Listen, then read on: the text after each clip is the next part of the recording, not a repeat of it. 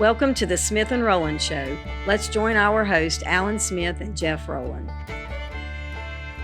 Good morning, ladies and gentlemen. It is time for the show that is known around the world, the Smith and Rowland Podcast. So I say to you, hello, world.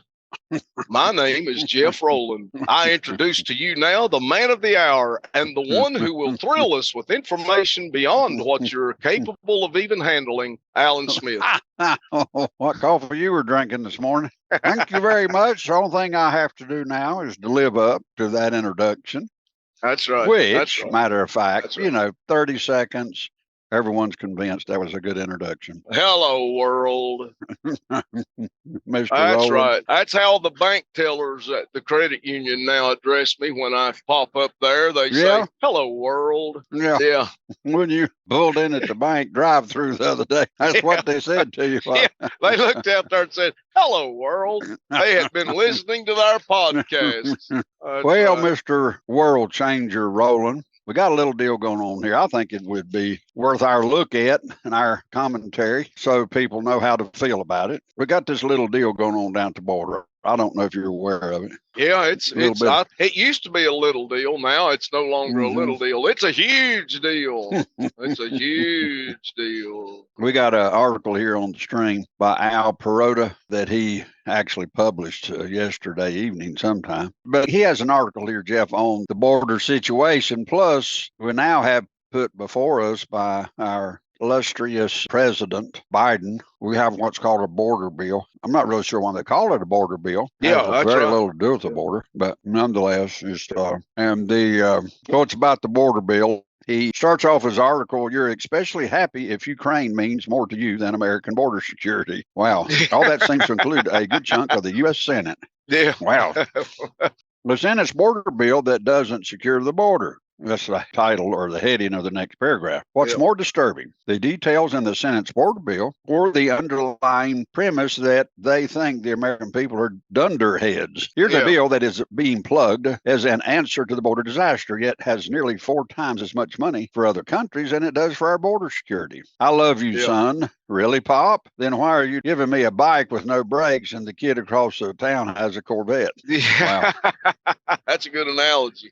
Yeah, he said, here's a bill whose provisions for kicking illegals caught at the border out of the country only kick in when the average number of encounters with illegals for a week tops 5,000 people a day, meaning that this bill that codifies into law allowing 1,825,000 illegal immigrants into our country per year. So that begins this article, and it says that the DHS app for line jumping migrants, the open border Biden administration can simply schedule 4,999 illegals a day and call it a day. So here we see that the bill is saying 5,000 can cross a day. You gave some statistics to me of what that was with Trump, what it was with Obama, and now what it is with Biden. What was, I've heard you mention that before. The Homeland Security guy, Jay, I can't remember his last name now, that under Obama, he stated that if it gets to over 1,000 a day, that you're at a critical juncture that is untenable for our nation. Okay. That was under Obama, if it got over 1,000 a day. When Trump took office, and his main topic was over the border, and he wanted to build a wall. So that's what,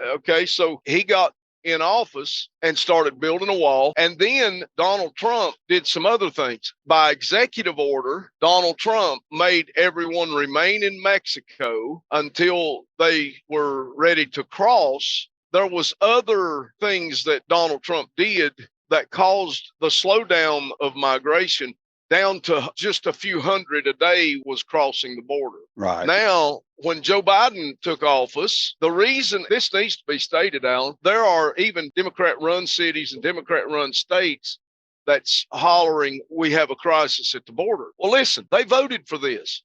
Joe Biden is doing exactly what he said he would do. And this is what everyone voted for when they voted for Joe Biden. It was over this border situation. So under Joe Biden's presidency in the first year, it jumped to 5,000 a day was crossing the border in his first year. Okay. That set a new national record of illegal immigrants crossing our southern border. It had never happened before at that rate in the history of our nation. Now we're up to over 9,000 a day. And this border bill that Joe Biden has given to the Senate brings it back down to 5,000 a day. So he's only bringing it back down to what was the national record in the history of our nation for border crossings per day per his first year of presidency. That's all he's doing. And go ahead. Well, what is the comparison in this bill? It's talking about immigration into our country. But it's also, I think, I don't remember the total of the bill. Is it 80 million or 80 billion? It's 118 billion. 118 billion. How does that break down? Do you know? Well, I know some of it. I don't know all of it, but I know 60 billion goes to Ukraine. 14 billion goes to Israel for their national defense. And I'm not sure on the remaining amount. That brings you to 74 billion. I do know that only a little over 20 billion goes to secure the southern border. And out of that 20 billion, they're investing largely in technology. They're hiring 1,500. This is what they're proposing, hiring 1,500 more border agents and a few things like that to try to vet. But we're talking about a border that runs all the way from Texas into California. 1,500 new border agents is not going to stop the flow of migration. It's just not going to stop. Governor Abbott has stopped a lot of it in Texas, but what's happening is Arizona's getting flooded, New Mexico's getting flooded, California's getting flooded. So it just moved everything down. And what people need to understand is if you look deeper into this, the largest growing segment of illegal immigrants that's crossing our southern border is from China. Now, just consider that for a moment. Chinese that's coming into Mexico, being smuggled across our southern border by the drug cartels in Mexico for a price, are now landing in our country at record numbers, and we don't know who they are. We don't know how to vet them. We don't know why they're here. None of that. So I'm just simply saying that we are being invaded at the southern border, and it's not just by terrorists from Middle Eastern countries. It's not just by people from Mexico or Peru or Guatemala or Venezuela. It's not just that part of the world. It's from all over the world. And the fastest growing population is from China. Now, to me, that's very concerning. And we are being invaded at the southern border, and no one seems to care about it. They're not coming across with tanks and weaponry, but we should know that once they get here, there is an amount of violence and crime that is taking place, which we've just seen on television with the illegal immigrants that nearly killed a police officer in New York City. And because of the defund the police movement, the police in New York are afraid to even defend themselves, much less defend an average citizen. So, we've ended at chaos. We've ended at confusion because no one knows how to deal with these illegal immigrants.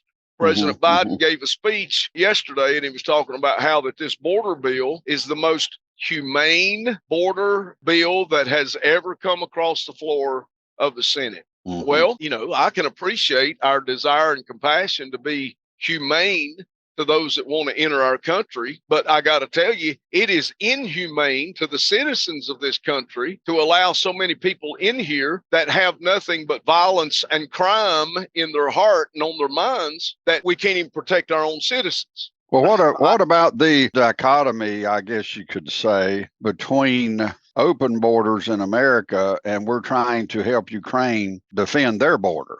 Right. You know what I'm saying? Because Ukraine's having an invasion, let's say, from Russia. Right. So we're going to fight. We're going to send $60 billion there. Well, $60 billion on our border probably about build a wall. Oh, Lord, yeah, it would. Absolutely. But you have a huge contrast or man speak with forked tongue.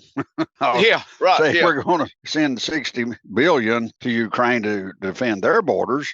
And we're going to send a pack of cheese crackers to defend our borders. I mean, does that not shout to the American citizen that there is something that's so blatant that you'll almost miss it of the destruction of such thinking? And there again, I'm not for in the Ukraine Jeff, you and I have talked about this on podcasts before. I fought the United States, my beloved country that I believe in and fight for. But we have some leaders in our country that I believe if they'd been left alone in the beginning, that the war would have never happened. Yeah. But we were sticking our nose in Ukraine's business way back when Biden was vice president. And we've been meddling in their business ever since. And ever since. It's not even to say all the gain of function labs that we That's right. helped or somebody put up in Ukraine. And That's right. So I don't know. I think there's a faction of, it appears to me that we've had our own leadership make some huge either mistakes or with if they did it deliberately, God forbid. Yep. But to me, Russia was just totally,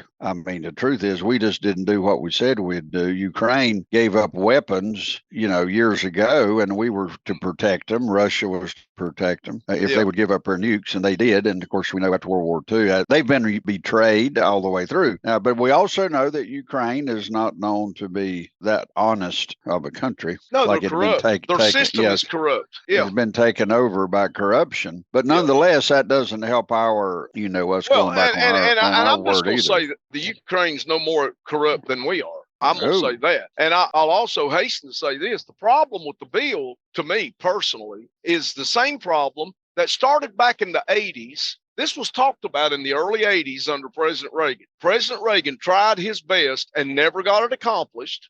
But in 8 years of his presidency, he started crying out for a line item veto in these bills. There is absolutely to me, to call this bill a border package is so misleading. It is a lie. It's nothing more than a lie, because stuck in this bill that they're calling a border package, the majority of that is in foreign aid. So it's not a border package. It's a foreign aid package that includes some provisions for our own border. That's all it is. Yeah. Well, it also is under the disguise, of course, of Israel's border and Ukraine's border. So they're putting it all under the disguise. They can make the argument that it is a border package, but what they don't say, but it's for other countries' border packages. That's exactly right. And they're getting more money than we are, and we're being invaded just like Ukraine is. It's just a different type of and style of warfare. Yeah. And listen, Jeff, even if I agree with it or disagree with it, if you want to give money away, okay, I'm okay. We got people leadership wanting to give a bunch of money away. Okay, I get it. But you don't give away. You can give away what you got, but you don't need to give away what you don't got. And we don't got it. And we don't got it. Go give it away, whatever the heck you want to do, if you got it to give away. But to finance your giveaway and act like how great you are, I'm like, hey, somebody needs to foul ball, window closed. Yeah, not only foul ball, but watch this. To those of us that get out here and have to work hard every day just so that we can pay the bill on all of this stuff, at some point, somebody's got to wake up and say, watch this. Everybody needs to shut up and understand that we can't pay no more. The S word with a U word.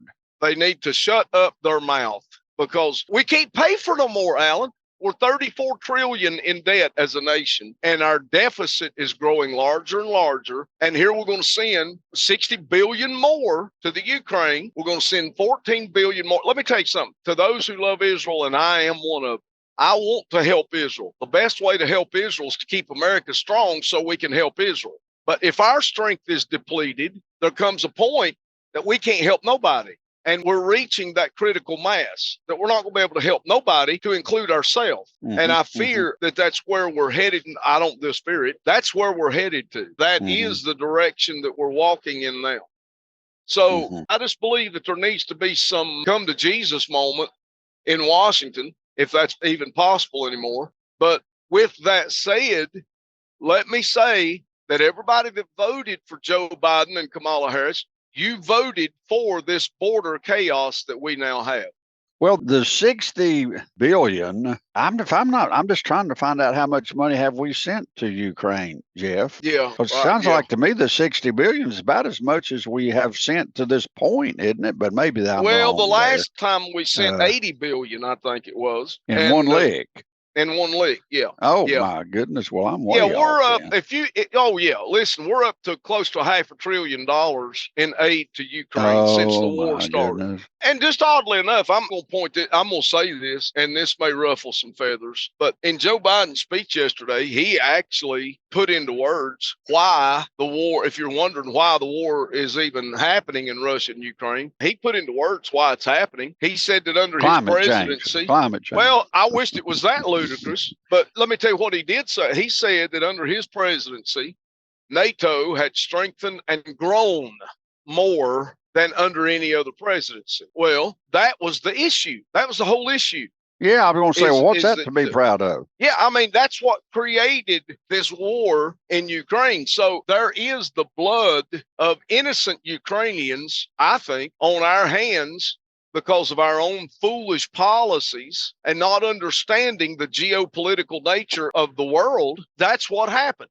But you've got an inept president that can't think on his feet, much less process thought when he's not on his feet. So I don't know, Alan. I'm saying that when you go into the voting booth, you get what you vote for. Yeah. And to that extent, Joe Biden made no qualms when he was running for president about his stance on the border, about his stance with Russia. He made no qualms, and he's making no qualms. Listen. Part of that border package is going to some of Israel's enemies. Yeah. So we need to understand that. I mean, he is funding some of Israel's enemies, which, by the way, are attacking American soldiers. So you're funding people. It's so ludicrous. It's so insane that you can't hardly make sense of. There's no logic to it. No, there's not even natural logic to it, which makes me think that there is demonic activity involved in a lot of the decisions that's coming out of Washington and out of this administration. Now, people can say what they want to about that,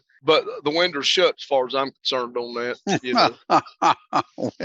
Shut. There you go. Window's shut. Jeff, let me ask you this. I mean, we speak as Americans, but how do we're also an American Christians. And I think that as American Christians, our reactions and responses shouldn't be any different as just Americans. But as American Christians, my heart goes out to the immigrants because let's say you got 5% that are plants. I don't think 100% of them are plants from other countries to bring destruction to America. I think a lot of them are in places and dire straits, and they're trying to bring their families to a better place. And so I get all of that. But also I was watching a documentary here just this last week on where there has been provisions all the way through Central America into South America to where if you land, I don't know what the country is, you can come from China, land in one of these places in the north part of down below Central America that you can fly into, and then you can start in this caravan of people coming through up to the United States. And so there's some people that are just really in bad shape and looking for a better land. Now, we don't, or do you believe that 100% of these 5,000 a day that they're trying to drop it down to, how do you feel about a lot of those people, though, as a Christian and trying to look after people that have less than you do? What's your take on that? Well, I have a couple of thoughts on that. One thought is there is a number of people coming across the border that we need here, that we want here, that I want to help to get here. I would want to help them to get here because we need them. And I'm talking about those that are trying to better themselves and those that want to come here and work and be free, and they want to be free from the corruption and the persecution that they're facing. Let me tell you what is, here's another thought that I have. The illegal immigration problem will soon be solved even if we stay on the path we're on. Because what's going to happen is economically, we're not going to be able to support all these people. And our economy is going to take a nosedive. And under the current progressive ideology that's prevailing in our colleges and in our politics, we're no longer going to be free. And guess what? People's no longer going to want to come here. They're going to choose another country to immigrate to because we're losing our freedoms and we're losing the economic power to be able to help these people. And when our economy busts, and our freedoms are lost, then that'll solve the immigration crisis because nobody's going to want to come here. They want to come here now because of the freedom they can enjoy and those things. Now, here's something that I'll say, Alan. I'm not convinced of what the percentages would be like, but we've taken in over 8 million people since Joe Biden took office that has crossed our borders illegally. 8 million. Now, that's to include a percentage of what they call gotaways, and that's to include those that they have actually counted. So over 8 million. Now, how many years of that can we stand before our economy busts and we become a third world country like where they're leaving from? We both know that if you do the math, that does have a number out there that well, sure, it has a number. And my point is that also stops our ability to show compassion. Well, I think you need to be able to, just to come across the border in America, if you don't have somebody on this side that's got a heart of compassion to take you into their home, or a church group to take them and feed them, or if you don't have just to walk into America is not, you don't get it. It's not a free ticket. I mean, once you get here, you have opportunity. I mean, America does have opportunity. Alan, it is a free ticket in some states. For example, the state of California. An illegal immigrant can, if they get to the state of California, they automatically get free health care. Automatically, they get free health care. Now, if I, as a citizen of the United States, move to California, I don't get free health care, but they do. Now, who's paying that bill? I am, by my taxes. So the thing that I'm saying is there is an allurement from government benefits. Many of these illegal immigrants are coming to America and they're making more money than I make just simply because they're an illegal immigrant. The system is so broke that there is nothing that we can do. They are robbing us of even our ability to show compassion on those that we would welcome here. That's the point I'm trying to make. Well, I do, and it's very understandable, reasonable in an unreasonable situation. And it is an unreasonable situation. Because you and I know families personally that have come to America that when they got here, they got jobs, they worked, and they were free from the persecution and poverty of their own country. And I praise the Lord for them because we need that. But we are quickly coming to a point where we can no longer stand that, even that. We're not going to be able to support that simply because of our economy and the things that we're giving to those who come here with nothing but harm in their eyes, and they're getting all this free stuff. There's an attitude that humanity can have, and I've experienced what I'm getting ready to say, and I've been guilty of what I'm getting ready to say. Of course, I've got a farm here, and you got some people live in town and cities, and they want to get to the outside. They can't afford a farm, so they live in the city. And I'm not saying that they can't afford it, but anyway, they want to get outdoors. They'll come here to the farm and want to, walk around, ride a 4-wheeler or something, yada, yada. And there's a part of me that says, just stay off my blame land. Don't cross my border here. And you can take on an attitude of this is mine and I don't want nobody touching it. You know what I'm saying, Jeff? Yeah, right. That's human nature. This is my driveway. This is my truck. This is my land. And there's something in humanity that doesn't want nobody messing with your stuff. Yeah. And I get that, but I constantly am challenged by the Holy Spirit of my attitude, because I have some people say, well, Alan, why do you allow people walk around your farm or do this or that? And I'll be honest with you, there's a fight within me, Jeff. Part of me doesn't want them to. I can come up with all the reasons, liability. Well, I could be liable and I could be I get all of that, but it's a constant, I'm being very honest, just a constant fight within me to say, no, it's fine. Y'all come on. I realize I've been blessed with the land and I need to share it with those that don't have the same opportunities I've had. I can hear the Holy Spirit telling me that, but there's another, I'll have to say a fleshly response that I have is I just soon did nobody set foot on it and I don't have to think about it. Yeah. But as a believer and as a Christian, I've got this one problem that I got this one itch I can't seem to scratch, and that's called the Holy Spirit. And the truth is we're going to die and leave every bit of it anyway. So I'm just saying in humanity is this thing. I understand the arguments of illegals coming in. You can have all the drug smoke. I mean, I get, and I'm in total agreement with that. But there's another part or attitude of, hey, this is my stuff. Don't nobody touch my stuff. So anyway, you've got that tension, let me say, that I'm trying to express. Mm-hmm. We've got the tension of those two areas of thought, if you can hear what I'm saying. I do hear what you're saying. So we've got about, 2 minutes here. If you, based on that thought, give me your thoughts on that thought in 2 minutes or less. I think that we need to have a biblical attitude towards sojourners in the land, as the Bible puts it, and show the proper compassion to illegal immigrants that we should show. The thing that I would say is that if you, for example, the analogy of the land, if you have 5 people that want to ride 4-wheelers on your farmland or something like that, that's one thing. But if you've got 1,500 that wants to do the same thing and you can't even plant your fields, then you've got a real problem, because you're going to lose the farm and there's not going to be any land for anyone to walk on. So there is that balancing act. I think that what needs to happen is there has to be a system put in place where people can be vetted. And then there's got to be an apparatus of what can we take care of financially and what can we not. Because if we don't maintain our strength, we're not going to be able to take care of anyone. Up to this point, we are now at critical mass at the southern border. And I don't know that people truly understand the use of the word invasion is now no longer a political word. It is a living reality. So we need to come to grips with how we're going to process this. I do agree with you that the Holy Spirit makes us compassionate toward those that are in need. But if we're going to be, the only thing I would say is if we're going to take care of the rest of the world, we're going to have the rest of the world's land in order to do it.